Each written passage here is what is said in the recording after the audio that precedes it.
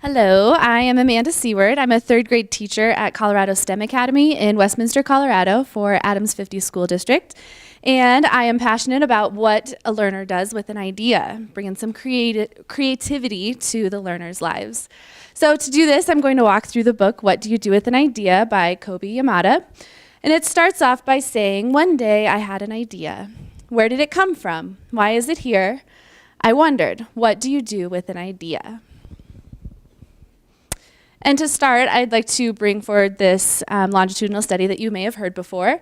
It's the Riot of Divergent Thinking, or I like to think of it the paperclip study. Students were asked how many uses a paperclip can have. In the kindergarten age group, 98% of them performed at the genius level for this, but by third grade, only 50%.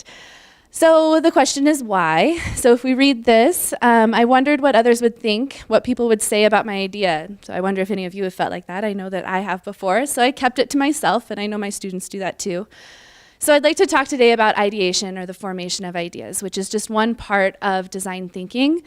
I want them to see that they have an opportunity, and now they can create something with it. Now excuse me, why is that important? I want students to see the opportunity and the magic of their ideas. There was something magical about my idea. I had to admit I felt better and happier when it was around. I just want them to feel comfortable with sharing their ideas, and so ideation is a big part of that. Through my lens, I teach at a school that does project-based learning. Those are the 6 components of project-based learning, and ideation for the teacher's side happens in that driving question. The driving question can either help or hinder their ideas. So I constantly ask myself, does this happen naturally? And in my experience with my third graders, not quite. And according to the paperclip study, 50% doesn't happen naturally. You have to show the kids that it needs a lot of attention. It just wants food, it wants to play.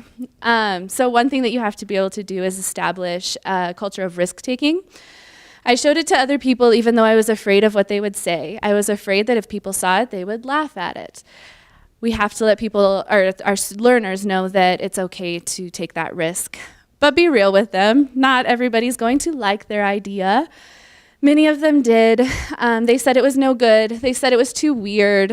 And so I know I felt like that before, and I spend every day with my students making sure they don't feel like the little guy over there.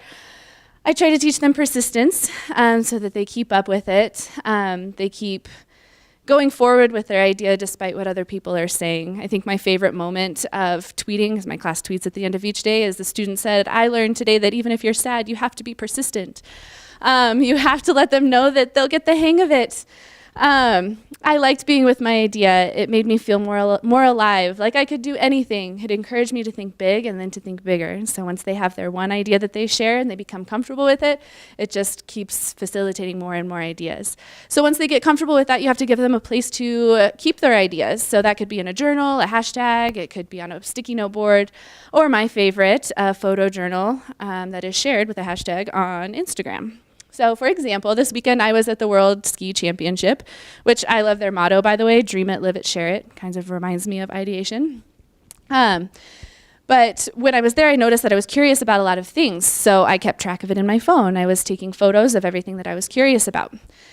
On Instagram, I took the photo and some questions that I had in the caption and shared it with my own hashtag that we have at our school. So one of the questions that I had with this camera that was above the slopes is, how do people in other countries react to their country's representation at this event while they're watching it being broadcasted?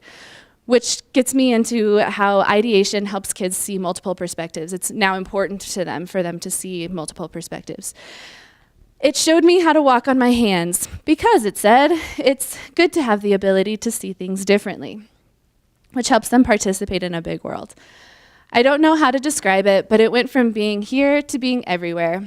It wasn't just a part of me anymore, it was now a part of everything. So just to recap, as an educator, keep practicing ideation for your own planning, to plan your own projects for project-based learning.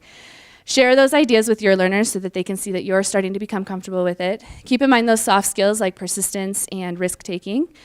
And be very intentional when you ask learners to participate in ideation. If you give them something too big, then they're trying to boil the ocean. If you give them something too narrow, then they're actually not participating in ideation. So what does a learner do with an idea? they change the world. Thank you.